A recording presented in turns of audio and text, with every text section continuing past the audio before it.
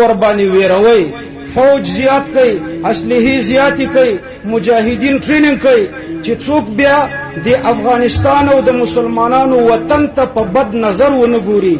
دا کوم چې د داعش په خلاف په عربي نړۍ کې جنگيږي دا غوی فتوا دا ده چې د داعش سره سر خوځولې نو سر کټ کول ترنه پکار دي د دوی په تسلیمولو بندي کولو باندې اعتماد نشته او نتیجه تاسو وکړه حدیث کې مرضی لا یوفون بعهد ولا میثاق